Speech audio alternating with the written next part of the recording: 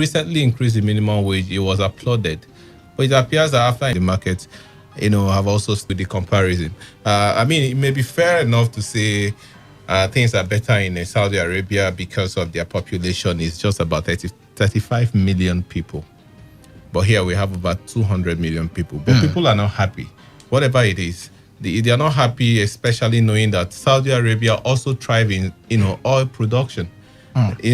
Like same way Nigeria is thriving on, in oil production. What are we using our money to do? Again, that might want to buttress President Buhari's argument that past administration, wasted the money and didn't really do much, and then he's trying to do better. But what we know is the government, and government is a continuum. The argument over the years is that our leaders, appear to have failed us. So it doesn't matter who is, who is the president as it is now. What matters is that over the years, the same crop of people who have been recycling themselves in the name of trying to lead us have been, mismanaging the resources of the country. Unfortunately, it's getting worse now that the President Buhari is in power. So the blame will go to him. Again, the comparison doesn't follow. If you want to compare, when the factors are in tandem, not when the factors are quite different, and you just pick out that one. Okay, Uchendu, I mean, on the eve of the October 1st anniversary, you were also on the streets. You spoke with a couple of people, and the respondents also shared the same sentiment with what Ifunanya brought back. But generally, it was new, so we had to just take few inserts. But generally, just tell us the pulse of the people. The people were not actually happy. They are not actually happy over what is happening in the country.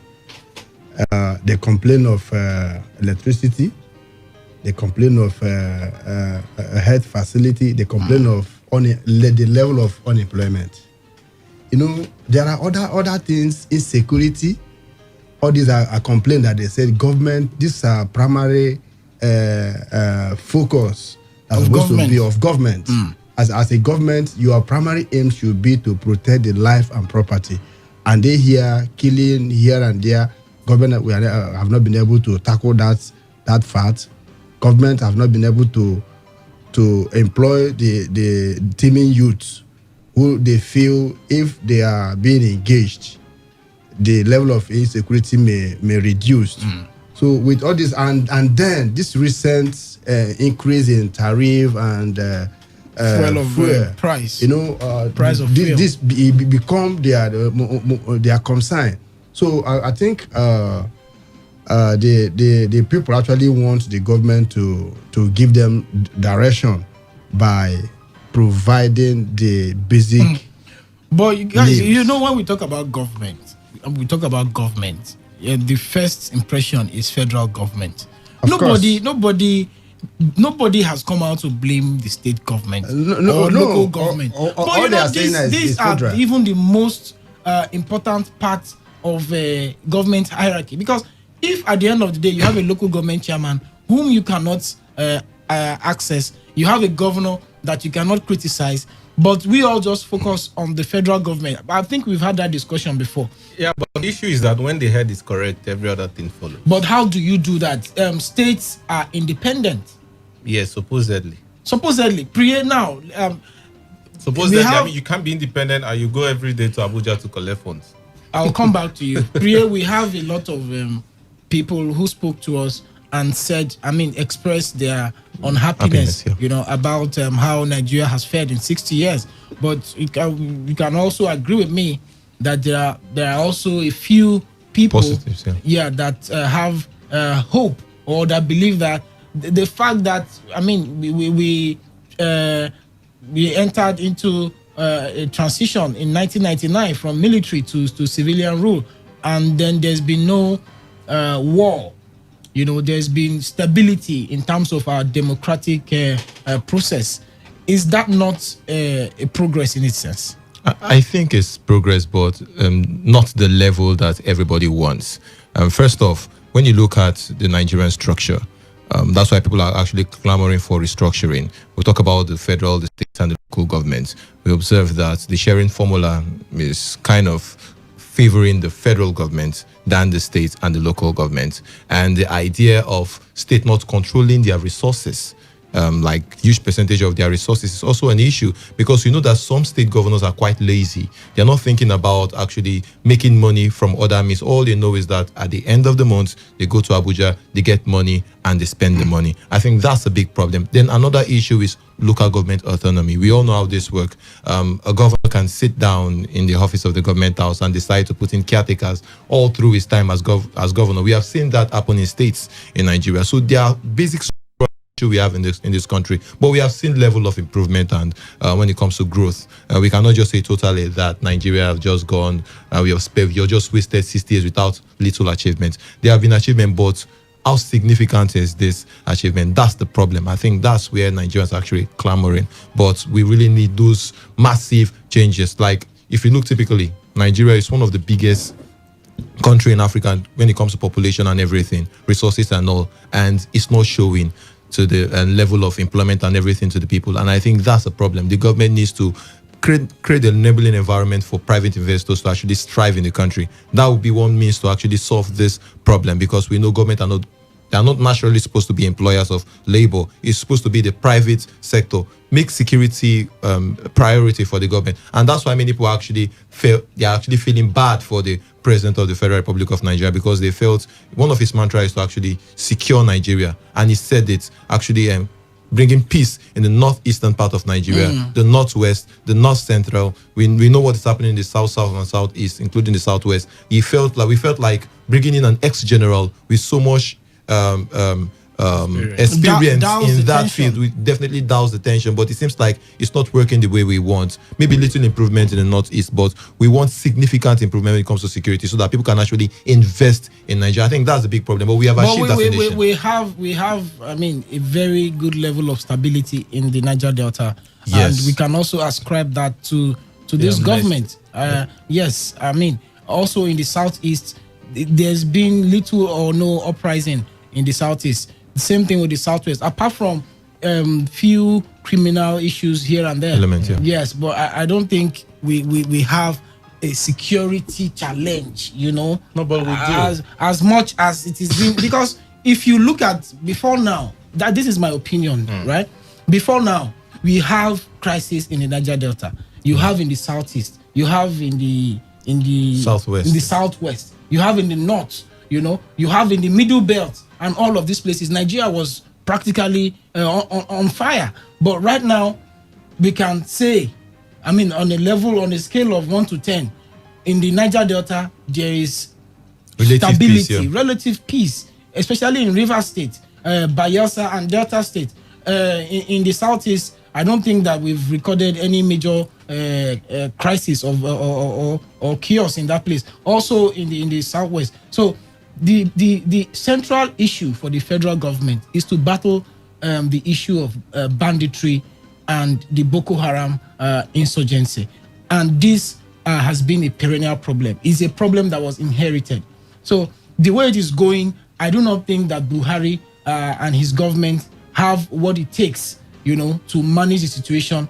I see this security challenge even outliving Buhari's administration, and they will continue to hope, you know, for the best. But I think it's a continuous process with regard to security. Let's quickly take another issue. And Chinedu, this is your turf. The labor, your people. Your people as well. We're all labor people. We're all workers.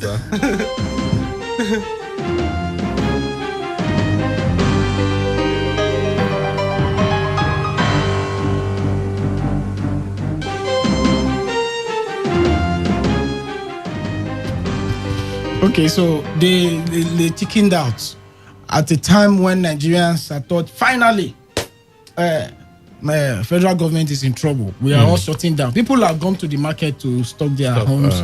People had gone to withdraw money, charge their phones. Because NEPA was and NEPA was going to go on strike, and everybody had bought. People had bought fuel in case Nupeng also goes on strike. And then some people had even traveled Yeah, before the airports would have closed. Yes, because they feared the airports will close and all of that. But on Monday, the organized labor in Nigeria suspended its nationwide strike and protests. I'm not even happy. It was Chinedu, you had also prepared your Converse to join the protest. But that Monday, I mean, we were here when we got information that as at Sunday night, the presidency, the federal government was going to be meeting with officials of labor, and that meeting started at about 8 p.m. that Sunday night and lasted till the wee hours of Monday morning. And by 6 a.m., the news broke that the planned action had been suspended. And here was what the Nigerian Labour Congress president, Comrade Ayuba Waba, said. Specifically, we have been able to look at the issue of the fuel price hike and what needed to be put in place in order to address on a long run this perennial issue of fuel price increase. We have discussed the issue of the state of our refineries with timeline on how to achieve sustainable refining and therefore to divert our policy option from the issue of solely importing. We have also looked at the issue of the tariff and importantly the hike and the challenges associated with it. And whereas we agreed to suspend, we also put a committee in place that will be able to work out a lasting solution to addressing this challenge, including the issue of metering. Okay, so this did not go down well with a lot of people. Even as a matter of fact, there's the news now. Liverpool have considered another goal. So it's 5-1 against Liverpool. That's Liverpool are losing 5-1 to Aston Villa. That's the update from the English Premiership. Let's go back to what we're discussing. So this did not go down well with a lot of people. In Edo State, they had prepared. They went ahead with the with the protests, and they wondered why their national leaders met with the federal government and acceded to their conditions to shelve the protest. Like they already said, they have suspended the strike for only 2 weeks. But I think they have made a grievous mistake. They would have come back to NEC to decide the next act of action. They hurriedly went into negotiation to call off the strike. We are not happy. Leadership, are we happy? No! Leadership, are we happy? No! We cannot continue to remain in the hands of the few who will mortgage our conscience. Because some other time, who will call our workers to say this is our struggle? They will not believe in us. I really did not know how we degenerated to this. We are supposed to be the voice of the common man in the street. We are supposed to be a voice to reckon with. We are supposed to be a voice government will reckon with. As I speak with you, there's no equal and opposite reaction to what the government is doing. And if there's no equal and opposite reaction, things will always go like this. We cannot continue to suffer this way just for 30,000 naira. The federal government have increased fuel for over 3 times. It is hard time we tell the airline. The politicians, they cannot continue to mess with us because we have stood so low. That is why they begin to mess with us. But we want to tell them in Edo, this is unacceptable before us. In Edo, we will not take it. But it was not only in Edo where they said they were not going to take it. In Rivers State, the labor boss here in Rivers State, Comrade Beatrice Itubo, also expressed her disappointment. They said they were ready and that they had mobilized all their members to mess up the government, but unfortunately they couldn't do that. I would have preferred that the government would have called Labour earlier when this ultimatum was given. They have a way of trying to ridicule Labour, and most times we fall into this state declaration of war. Ultimatum is just come, let us discuss within so and so period. If nothing happens, then of course I will do this. So within that 2 weeks, why didn't they call Labour? Why must it be at the eve of the action when people have been mobilized, people have taken strategic positions? Then at the end of the day, you just come to say they have done this, they have done that. And also we agree that they should reverse. And I didn't see anything reversal in that communique apart from the electricity that they said should hold on for 2 weeks. All of that, you are talking about palliative. Why didn't they put in place these palliatives before even increasing the prices? And is it an afterthought? So I am not happy. But as an organization, I'm leading people, and we have a place where we take directives. We have obeyed the directives, and we also tell our people to calm down and just wait for further directives.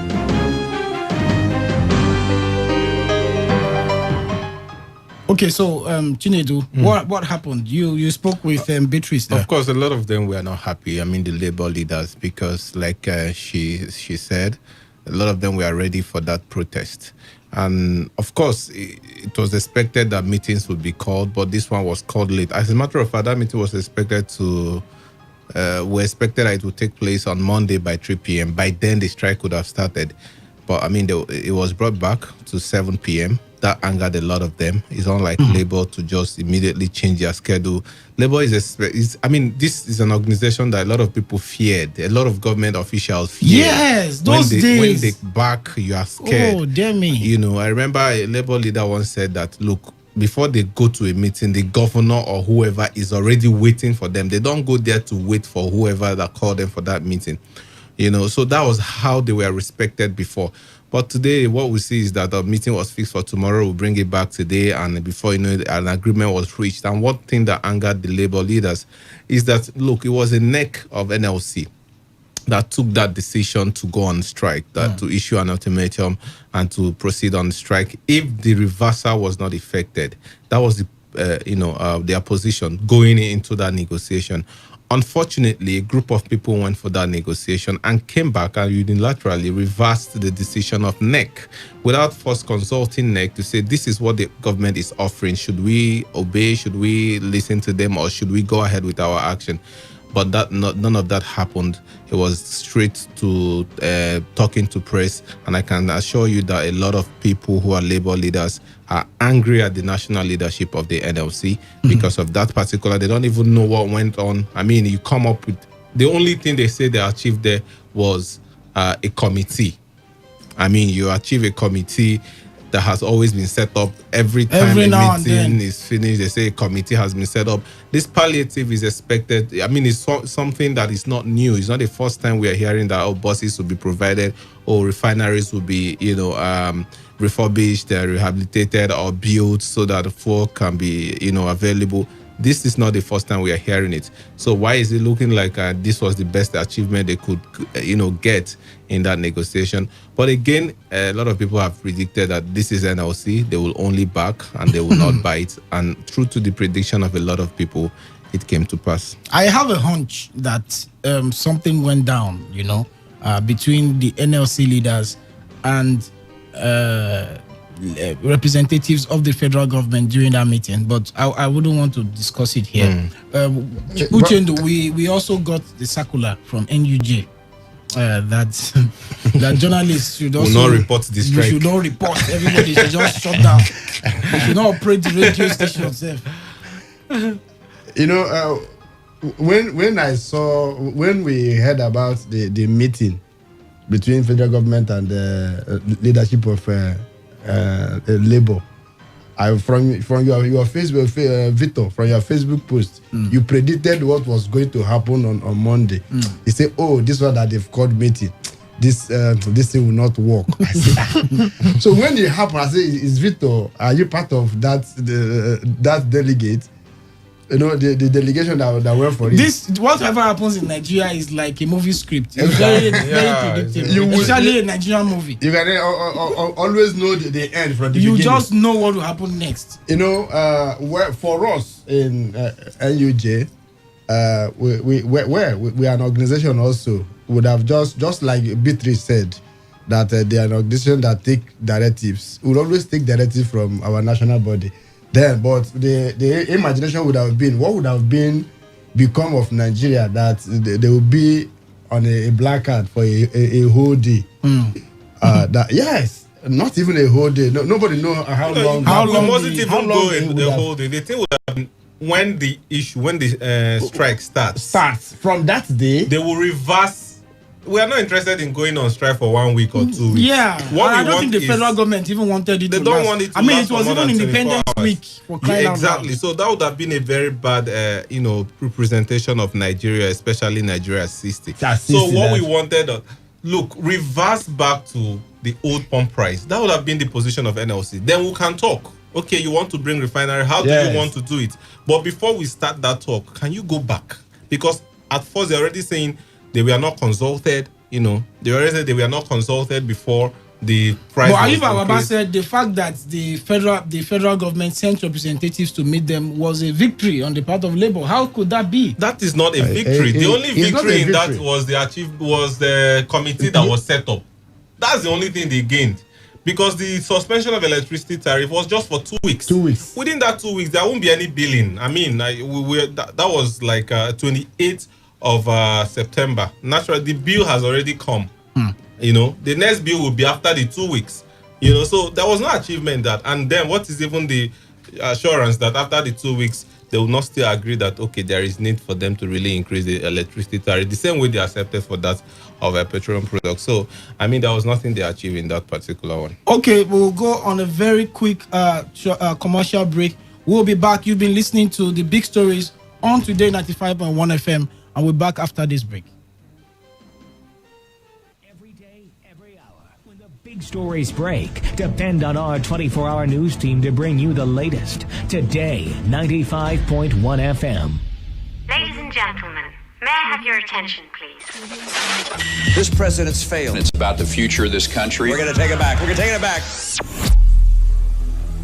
You asked us to vote you into that position so you can bring about that solution. So when you vote me, then you sleep. Let me see if I can take another phone call. Hello, Today 95.1 FM. Good morning. What makes a policeman to be able to feed is the gun he's holding. They use their gun to extort money from people. Good morning. What's your name and where are you calling from? No longer news that we are truly the voice of the people. Am I not a slave in Nigeria? I refuse if you are. If you're a slave. Let's not do that now. So the Nigerian Prab is philosophical. You spot the difference now? Whether it's happening in Port Harcourt, South South, Nigeria, or around the world, we've got you covered. On air, online, delivering balanced news and unbiased analysis. Today 95.1 FM. Radio has never been this good. Today 95.1 FM.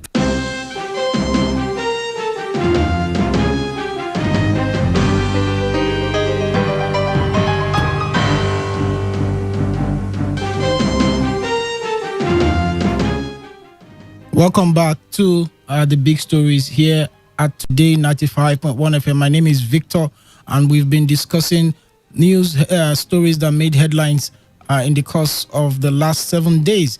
We started with the story that that trended almost throughout last week. That had to do with the Nigeria's independence at 60 and the reactions that followed the president's address. And then we also discussed the labor issue, where they had to cancel the planned strike action. Okay, there's also another update. Liverpool has considered another goal. It's 6-2 now. When Liverpool scored. When Liverpool scored, he didn't bring the update. That's not news. When a dog bites a man, it's not news. It's a normal thing. But when you see a man biting a dog, it's a big news. So Liverpool can score for all we care. But the fact that they are trailing 6 goals behind Aston Villa, a club that escaped the relegation last season. But this is not a sports show. Let's come back to our program. Let's discuss the altercation between the Minister of Transportation and his friend, the Governor of Rivers State, Nyesom Wike. The minister made a passing statement. His friend. Are they not friends? They are brothers. Okay, brothers. We don't know whether they are friends. Okay, they are brothers. They are brothers. I've been corrected that they are brothers. So the minister made a comment last Saturday at the burial of autism has returned to Rivers State, and it was not like that when he was governor. Correct. Governor Nyesom Wike had to reply him very well. The governor paid for 2 good hours on national television to reply that 5 minutes or 10 minutes comments from Amechi. And it didn't go down well with the minister, with the governor. The governor also threw a challenge at the minister, to mention any project he has attracted to Rivers State since he became minister of the Federal Republic of Nigeria. I can walk, I don't need any soldier to follow me. When you walk along, you see people's reaction. then you now know that yes, people are happy with you. As you are moving, you see people, one videos, that's the reaction. He was governor. I defeated his candidate. He didn't give his president 25%. 2019, he's a minister. I have seen DJ, he could not even give his own president 25%. So why can I be worried? Am I going to be governor of Rivers State again? I cannot be. Even the American constitution that it should be, I won't be. But the point is that in all these are political struggles, we have defeated him. Rivers people will ask you, what will you tell us? You are doing real to the Niger Republic. What have you done in your state? I was a minister of education. I brought faculty of law to University of Port Harcourt. I brought grants to Nations University of Education. I brought the Ken Sawa protecting 500 million. I did so many schools, primary schools, secondary school in the state. Tell Rivers people, I brought this. Mention one. If you mention one, I will say now. Okay, so the governor didn't stop there. The governor also boasted that he has been able to complete some of the projects started by his predecessor, the Minister of Transportation, Rotimi Amici, and that he, Governor Wike, is proud of himself. I have completed them. Take, for example, the Tanzania Road. They awarded it to RCC. At what cost? They paid about 30%. When I came, the people abandoned the place. I called them back. I completed it. The one leading from Aboloma to Elelewu, he awarded it. He gave it to 2 contractors, JDP and Rafon. When I came, they were not on site. I called them back. If I cancel, they say it's a political stunt. Going down, I completed it. They pay how much did they pay? 35% of the money. But I did it because the road is going to be impactful on the economic activities of the state. That's why he did. They awarded from Ozoba to Rumolumene, which he gave to one of the political friends from Abia State, as 6.something billion. I paid it, I did it. I am proud to say that each day I wake up, I tell my wife, be happy. I tell my children, be happy. I have not failed them. I'm happy. I'm a very happy man. I am very, very proud. Okay, so let's talk around this. Priye, I mean, are all these necessary? At a time when we actually thought that we have some relative peace, political peace, actually, in Rivers State, but it seems as if we are edging back towards what used to be. I think it's not necessary. First off, all this, you've done this, I have not done that, you have achieved this. I think it's not necessary from the governor and also the Minister for Transport. I think basically it should be about governance and development, and I think they should not be going towards this line. The people of Rivers State, I don't know, I will speak for myself. I think I'm tired. I've been hearing this over and over again. Too. No, I'm not tired. As newsmen, definitely it's news, but we are tired of same information.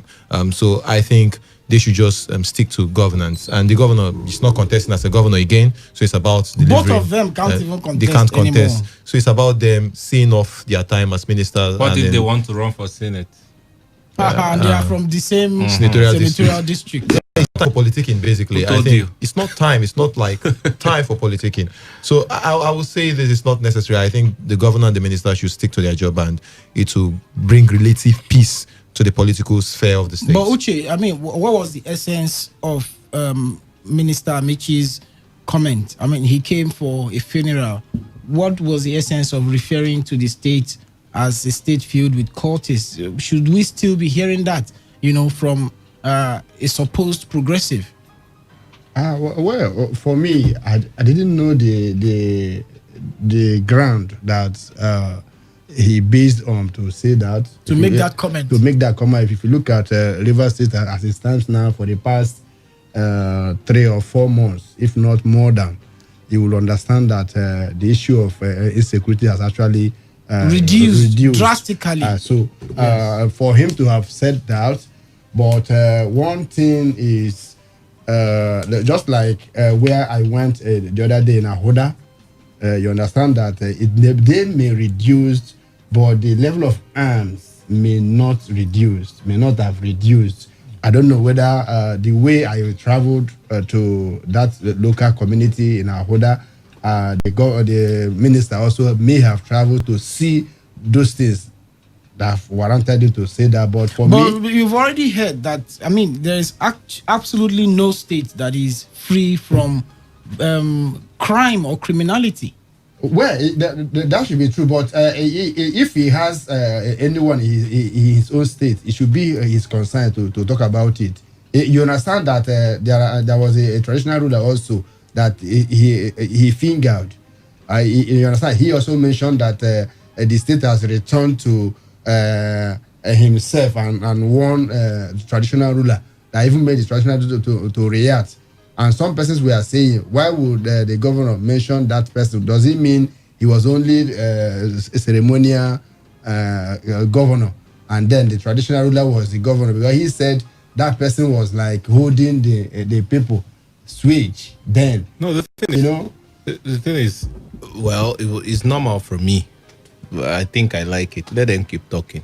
Somehow it encourages action.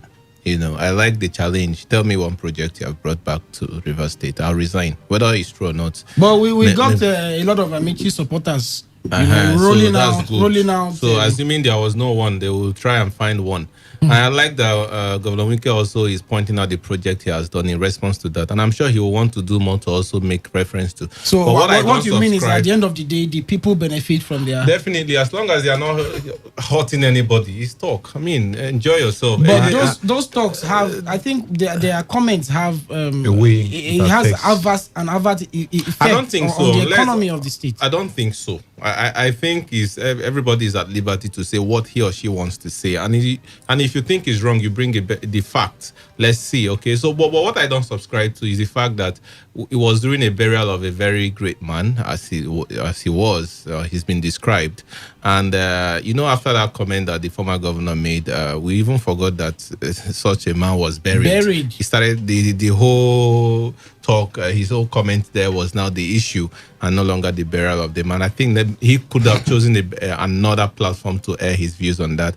But apart from that, I think from time to time it's good for him to talk. I can't wait for next year when you say he will start talking. Yes. I know that Governor Wike is equal to the task. He will respond accordingly. I mentioned we use 10 minutes talk. Maybe I think by next day we can pay for 2 hours. I think by next year I bet you will be needing more minutes to talk. But let's see how it goes. Okay. Liverpool has considered 7. This is abysmal. And it's just 70. It's barely 75 minutes. This is abysmal. It shows how the left back and the right back position of they've done better than Liverpool. They've done better than it's quite weak. Man U. Yeah, it's quite weak. And there's no red card. Okay, let's go. Why are you emphasizing that there's no red card? Okay, so also last week, the Independent National Electoral Commission, INEC, said there was no going back on its plan to introduce electronic voting to Nigeria's electoral system ahead of the general elections. The INEC commissioner in charge of South-South Zone, Mustafa Lekki, made the emphasis while speaking further on the hint that was dropped by the national chairman of INEC, Professor Mahmoud Yakub. Lekki said that INEC is trying to achieve a transparent process for Nigeria. That is the legacy they want to leave, as present management of that commission. I moved to a place where the MNOs have a presence. Almost every local government headquarters in Nigeria has some kind of presence of one or two, if not more, major MNOs, where like Airtel and Glo and MTN. And so we can start from there. So there are many technological solutions that will help us to bridge some of all these difficulties. Clearly, the issue of illiteracy is an issue, but we cannot use these challenges as a hindrance. People are using telephones in the villages. They are not illiterate. They are finding a way around it. We are seeing the proliferation of POS, as a way of doing backward integration of banking, beyond our thinking a few years ago. So let us have the feeling that once there is a will, there's a way. And we believe that in INEC, there is a will. And INEC is committed to this journey of bringing more and more technology that will ensure integrity and transparency and trust in the electoral process. Uchendu, do you see this working in the long run, that very soon we are going to have electronic voting being approved in the Electoral Act? Not that they are going to test run it. It is going to be done and Nigerians can vote electronically. Do you see this happening in 2023? Yes, from what we experienced in Edo, just where they claim to have test run it, we saw the results. We saw how calm that place. I think between now and 2023, if they put more effort, it's achievable. Okay, what they actually test run in Edo was electronic transmission. And that's the first time they are doing that. Electronic voting has to do with the card readers. Yes. And I think what they want to do is to, make it more effective. Like, we usually have situations where card readers fail. Yeah. So already we hear that they are already talking to some manufacturers who will, produce customized card readers for INEC for elections in Nigeria. Priye, what do you make of this? I think it's a great development. But one thing the government needs to take into consideration is about the back end of their sites. It should not be hacked, so that we will not hear a situation possibly that some persons will feel like the whole election was actually hacked and favored another candidate. But Chinedu, my concern, of which I would like you to conclude on, is if you're talking about electronic voting, aren't we supposed to be talking about transmission too? Of course, but we'll have to count one before we count two. And I don't think it's feasible by 2023, but maybe the next election cycle we might get it right. Okay, so that is the much we can take on today's edition of The Big Stories. The Big Stories is a wrap of all stories that made news headlines in the last 7 days here at Today FM. And all we do is take a second look at those stories and do the analysis and the breakdown. I did this with members of the news department, Uchendu Ejowo, Priye Izogu, Chinedu Ewona, guys. Yeah. Good night. Good night. Okay, so my name is Victor Eziama. The Big Stories was produced by Stella Sasongo, our producer. Thank you. See you next week.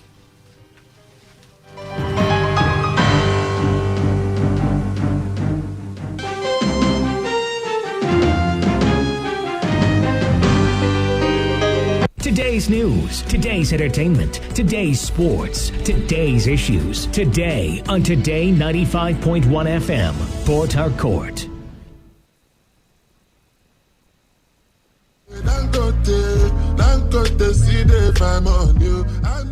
Hello. My name na Mary. I happy to come share this wonderful opportunity with you now. This opportunity in the column daily income stores opportunity. This store na one store we don dey for 13 years. This store is approved by the government. This store, the product wey dem get inside get NAFDAC number. This store, ma tell you, e don change plenty people life, including me myself wey dey talk to una. Yes, one day like this, I dey for my house. For radio now I hear am. We are just sit down dey think how my life wan be. I hear say if I shop one time, drop my account number, say as other people dey shop after me, na so I go begin dey get pay. I say make I go try. I see say this shop dey get product. Which kind of product dem get? Dem get toothpaste. Where every day I dey go dey shop, they no dey tell me anything. Then they give me nylon bag wey dem write thank you. Na so I shop. As I drop my account number, few days later, because other people don come shop after me, I begin dey get pay. You wey dey hear me, gather your things, carry your phone near your body. Make I give you phone number where you go text enjoy to sharp. Yes, because you need to text enjoy to this number. 0810 120 5023. 0810 120 5023. 0810 120 5023. A lot of persons no believe say with your ATM, if you go bank, go there, go slot in that card and money go come out. Some people when mobile banking come out, they no believe say if you sit down for your room, they do send money give for another person account. Now the same thing where they happen for daily income stores now, where you go do only shopping. As you the shop finish, you go drop your account number, then you go come they get paid as other people shop after you from daily income stores. And that's why we the whole program to show people how this store they work. And for you to be part of this program, you need to send us message. Just send us enjoy, put for this number so that you go get the place where the program go happen. The number now 0810 120 5023. 0810 120 5023. Daily income store na innovation. Daily income store dey open our eye to so many things. Thing wey be say 10 years ago dem go say na lie, na juju, e no fit happen. Today e don real. When me hear I say e no go happen, but today na me dey tell you say make you not be me wey down daily income stores for 3 years. I no gree go daily income store until one day I waka say my eye I go take and see wetin dey here. So now I waka go daily income store and I dey tell you say make you no waste time. Come to this shopping where dem go shop, because na 2 times we dey shop a day. 11 o'clock, 4 o'clock, we go shop. And for you to come, I beg, just text enjoy to this number 0810 120 5023.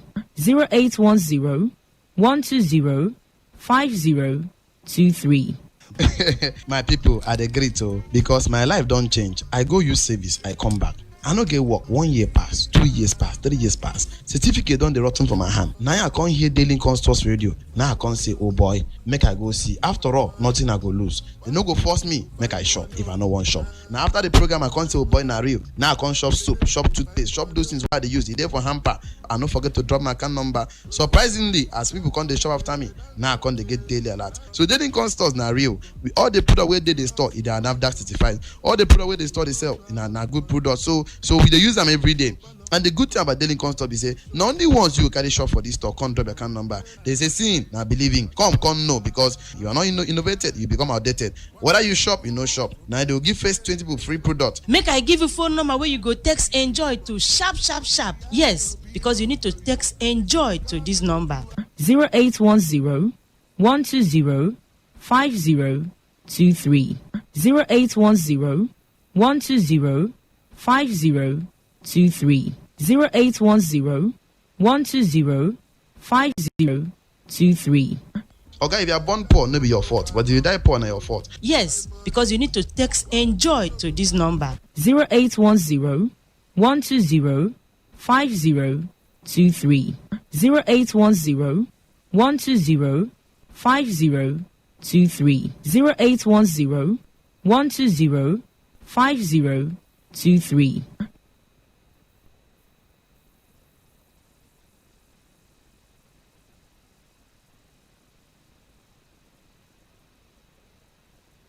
Radio has never been this good. Today, 95.1 FM, Port Harcourt. Every day, every hour, when the big stories break, depend on our 24-hour news team to bring you the latest. Today, 95.1 FM. Whether it's happening in Port Harcourt, South, Nigeria, or around the world, we've got you covered. On air, online, delivering balanced news and unbiased analysis. Today, 95.1 FM. This is Today, 95.1 FM, Port Harcourt. News.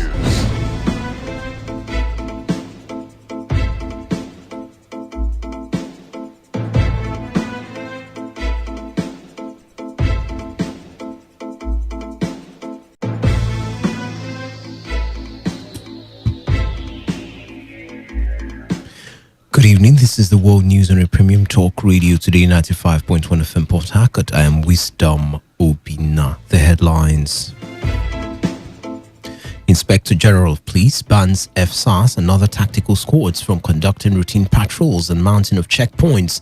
Serap reiterates call for President Muhammadu Buhari and his Vice President Yemi Osinbajo to publish their assets declaration forms. Rivers State Government partners with National Association of Miners for exploitation of other natural resources in Rivers State. On the foreign scene, New Caledonia votes to remain in France after tightly fought referendum. Now the details.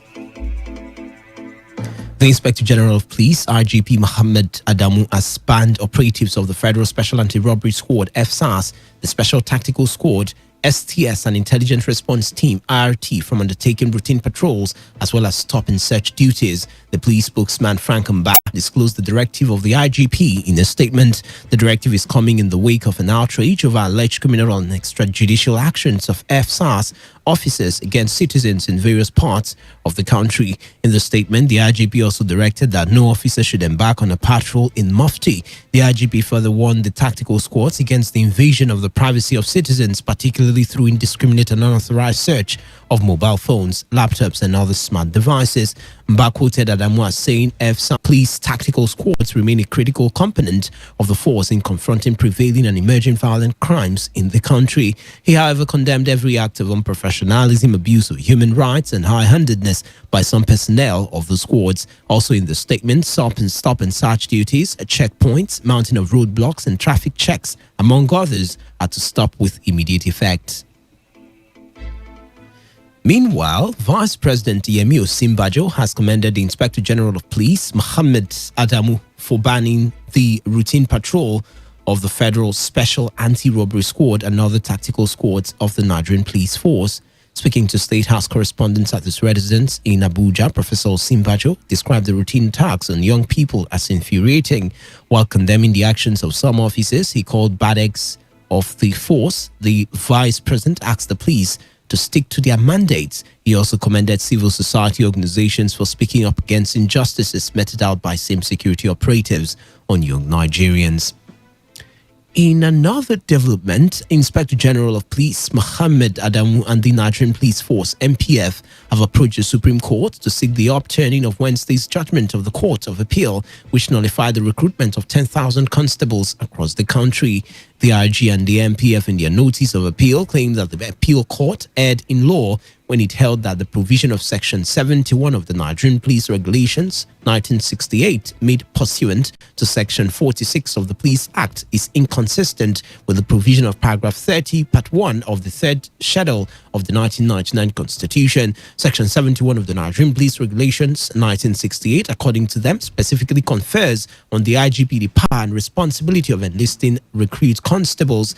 The appellants, through their lawyer Alex Izion, insisted that the lower court was in error in its findings that the provision of Section 71 of the Nigerian Police Regulations 1968, made pursuant to Section 46 of the Police Act, as inconsistent with the provision of Paragraph 30, Part 1 of the third schedule to the 1999 Constitution. Similarly, they faulted the judgment on the grounds that the court erred in law when it held that the IGP and the NPF were not conferred with powers to enlist recruit constables. They also argued that the Court of Appeal erred in law when it held that the PSC was conferred with powers to enlist recruit constables in the NPF by virtue of the provision of Paragraph 30 of the Part I of the third schedule to the 1999 Constitution. The appellants in the matter before the Supreme Court are seeking an order setting aside the judgment of the Court of Appeal delivered on September 30th, 2020, another dismissing the appeal filed by the PSC, and another affirming the judgment of the Federal High Court delivered by the Federal High Court on December 2nd, 2019. The Socio-Economic Rights and Accountability Project, SERAP, has asked President Muhammadu Buhari and Vice President Professor Yemi Osinbajo to follow a good example of the Deputy Governor of Kebbi State, Iyombe Dabai Semaila, by immediately publishing their asset declaration forms. In a statement by SERAP Deputy Director Kolawole Oluwadari, the group said Semaila forwarded his asset declaration form to the organization last week in response to its suit, while making reference to the form dated May 28, 2019, and sworn to before the High Court of Justice in Kebbi State. The organization claimed that Semaila declared assets, including landed property and cash, in all his bank accounts. In a suit filed in January 2020, SERAP asked the Federal High Court, Abuja, to order President Buhari, Vice President Osinbajo, the 36 state governors and their deputies to make public details of their assets, specifically property and income contained in their asset declaration forms submitted to the Code of Conduct Bureau, CCB, since assuming office. The All Progressives Congress has faulted the criticisms of the deregulation of the downstream of the oil sector of the economy by the People's Democratic Party. The APC said the opposition lacks the moral right to query the administration. Deputy National Publicity Secretary of the APC, Yekini Nabena, in a statement, rubbished the PDP attacks on the removal of fuel subsidy and total deregulation of the downstream of the oil sector. The statement noted that under its watch, the main source of revenue has been transparently managed, unlike what it's said happened in the 16-year rule of the opposition.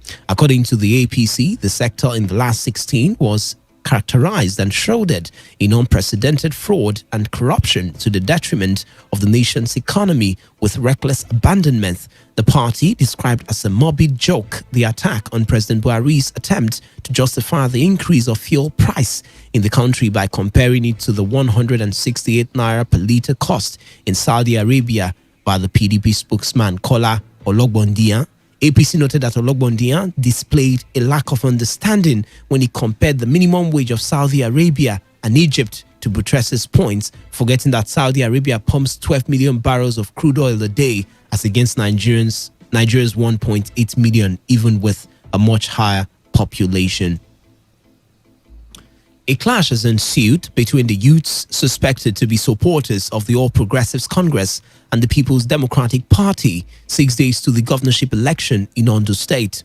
Following the clash earlier today, residents of Obanla, Oba Deshida Road, Arakale and Ojaoba areas of Akure, the Ondo State capital, were thrown into confusion. Residents of the area and passers-by were said to have scampered to safety while the vehicular movement was halted during the clash. The public relations officer of Ondo State Police Command, T. Leo Ikoro, who confirmed the incident, attributed it to a fracas between some rival political thugs in Akure, in which many people were said to have been injured. The police spokesman, however, said there was no death recorded during the incident.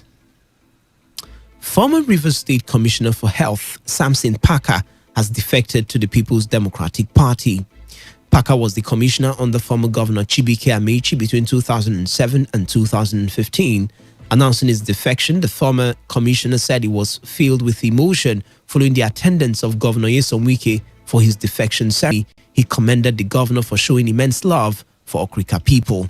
Will be the impact on his family, community, and friends. Yes, when we get to those crossroads of history, we emphasize self, but rather pray that history and generations unborn will be kind and understanding when they pass judgment. Your Excellency, brothers and sisters, this is no such a time. Today is not as a token. Like a man who has been on a long journey in a faraway land, looks forward to coming home. So it is with me. This is homecoming from a long journey into the land of experience. On his part, Governor Wike said he's happy that Parker has finally returned to the PDP. When I was leaving them in 2012, I told Dr. Samson Parker that things are not moving well. I'm going. He said, no, that there's a need for all of us to continue to remain. I said, look, maybe you cannot see very well. God has given me that side that I can see well. And so I will leave. And I left. I'm happy. My friend and my brother, I realized what I told him then. That if it is not Panadol, it is not Panadol. My dear country people, my dear Okrika people, my dear Sakibo said, nobody should bother about the ranting. When you're not trained well, you can insult even your traditional ruler. You can insult even your father. You can insult even your mother. If not, nobody that is sane will insult a traditional ruler. But you know, very soon, they will show their nakedness outside. Rivers State Governor Nyesom Wike has said the construction of Rumodogo Road in Emoha local government area will commence this month. Governor Wike made the announcement during an inspection of the 19-kilometer road. The governor, who was elated that political leaders, chiefs, women and youths came out in their numbers to welcome him, stated that construction of the road, which traverses Rumodogo 1 and 2 communities from the east-west road up to Rumewa community, is part of government's deliberate efforts to give back to the people of the area for their support. Governor Wike also said the road will open up the communities with their neighbors and also promote economic development. I was told that this road has never been constructed, that this road is in dire need to be put to use. So I told them to go, that I'll come and inspect the road, but I didn't know that they will go and invite all of you to come. But be it as it may, this road, will start work on this road. Because the people of this area, they have given us support enough. So it is our own time to pay you back. So go home and sleep. That today, our own is not to make promise. I didn't come here for you to read the address, no. The day you read the address, the day we complete this road. So I just came here to let you know that I'm satisfied that our people need this road to open up this place so you can meet with other young people. You're listening to the World News on a Premium Talk radio station Today 95.1 FM. After the break, more news, foreign and sports stories. Stay tuned. Every day, every hour, when the big stories break, depend on our 24-hour news team to bring you the latest. Today, 95.1 FM.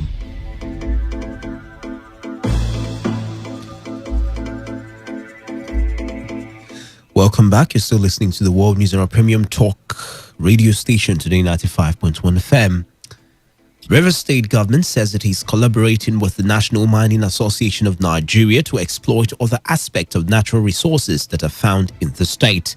The Commissioner for Energy and Natural Resources, Dr. Peter Medi, made the disclosure in an interview with our correspondent Chinedu Iwuna.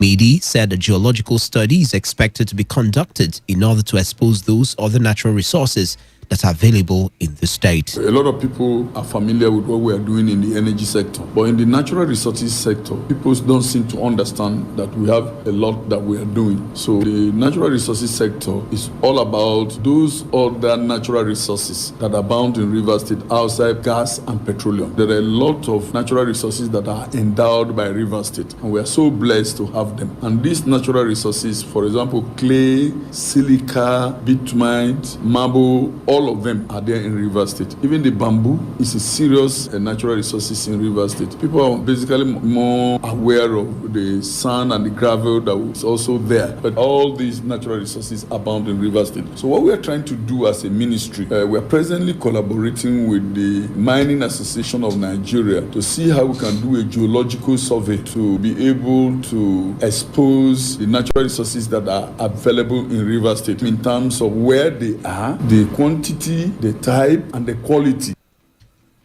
The commissioner also urged that the Miners Association to involve investors in their geological survey. The Mining Association of Nigeria has met with us, and we have agreed on a framework on modalities how we can do this survey so that we can expose the natural resources that are abound in the state for possible exploitation. At the first stage, what we're trying to do is to tell the Miners Association to bring these investors to join this geological survey. Because if we depend on government, it will be difficult for government in terms of scarce of resources. But the enablement and the prospect and every other thing that government needs to do is already available. So by the time these investors come and join us to conduct this survey, we'll be able to identify which natural resources abound in Rivers State, where they are, and in the right quantity, so that we'll be able to open them up for possible exploitation by both international and national businessmen who will be able to invest in the state and then open up that sector of the economy of the state.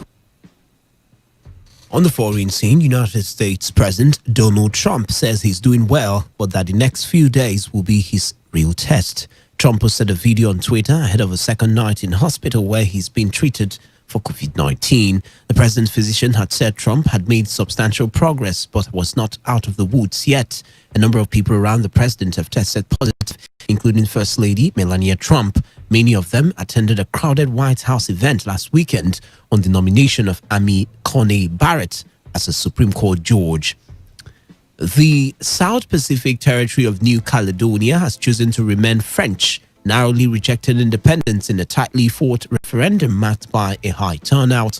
The vote rejecting a breakaway from France after almost 170 years came in at 53.26%, according to final results, down from 56.7% in a referendum 2 years ago. French President Emmanuel Macron, who had said previously that France would be less beautiful without New Caledonia, said he was grateful to the archipelago's voters. Macron also noted that he felt humility at the outcome, which showed a clear progression of the pro-independence vote compared with the independence referendum in 2018. The referendum was part of a carefully negotiated decolonization plan agreed in 1998, which ended a deadly conflict between the mostly pro-independence indigenous Kanak population and the descendants of the European settlers.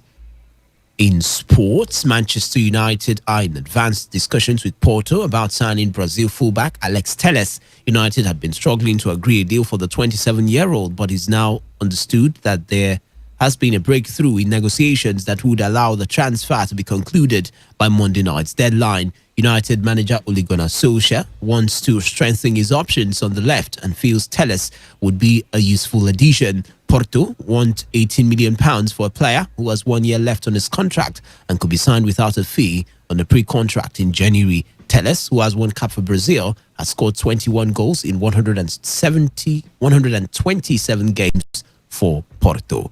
To end the news, here's a summary of. The Inspector General of Police, Mohammed Adamu, has banned FSAS and other tactical squads of the police from conducting routine patrols and mounting checkpoints. SERAP has reiterated its call for President Muhammadu Buhari and his Vice President Yemi Osinbajo to publish the assets declaration forms. The Rivers State government says it is partnering with the National Association of Miners for the exploitation of other natural resources in the state. On the foreign scene, we told you that New Caledonia has voted to remain in France after a tightly fought referendum. That was the news as edited by Chinedu Iwuna. For comments and inquiries, please call 081 5341 8657 or 081 4434 3502 or send your emails to news@todayfmlive.com. You can also read our stories on www.todayfmlive.com. Do not forget, take responsibility, wash your hands frequently with soap on the running water. Avoid touching your face and high contact surfaces to prevent coronavirus. I am Wisdom Obina. Good evening and thank you for listening.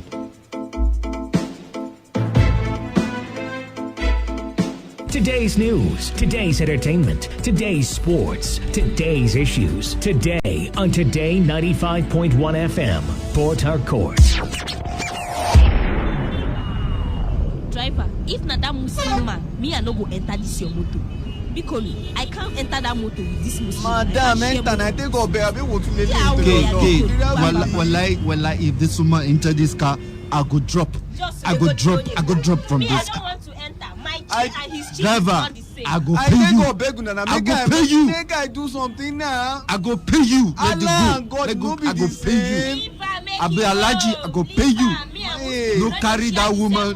No carry that woman. Madam, me una hear me now. Christian and Muslim, not be the same Nigeria we be. We be brother and sister now. No carry that woman. I go pay you. No could go. You go pay me. I go pay you. Make I go. Do we need to be guarded by one religion to meet with the Creator? The freedom of worship is a natural right to every being. Why raise arms to drag a man to accept your choice of belief? The spiritual directors now trade the message of salvation for hatred and disrespect. This is Today 95.1 FM, Port Harcourt, voice of the people.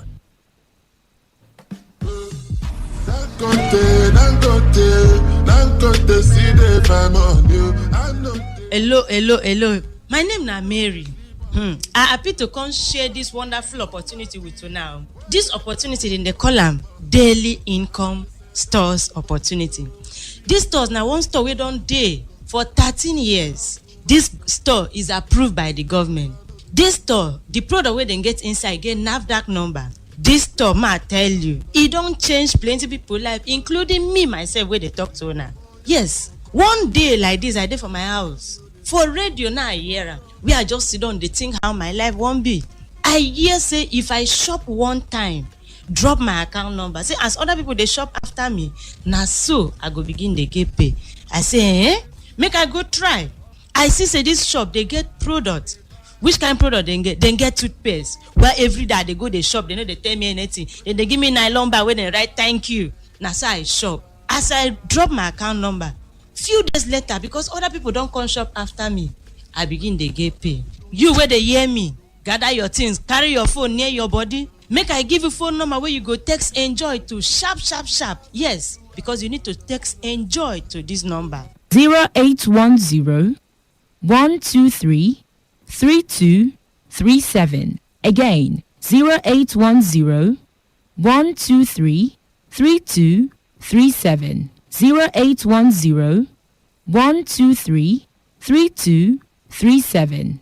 A lot of persons no believe say with your ATM, if you go bank, go there, go slot in that card and money go come out. Some people when mobile banking come out, they no believe say if you sit down for your room, they do send money give for another person account. Now the same thing where they happen for daily income stores now, where you go do only shopping. As you the shop finish, you go drop your account number, then you go come they get paid as other people shop after you from daily income stores. And that is why we hold program to show people how this store they work.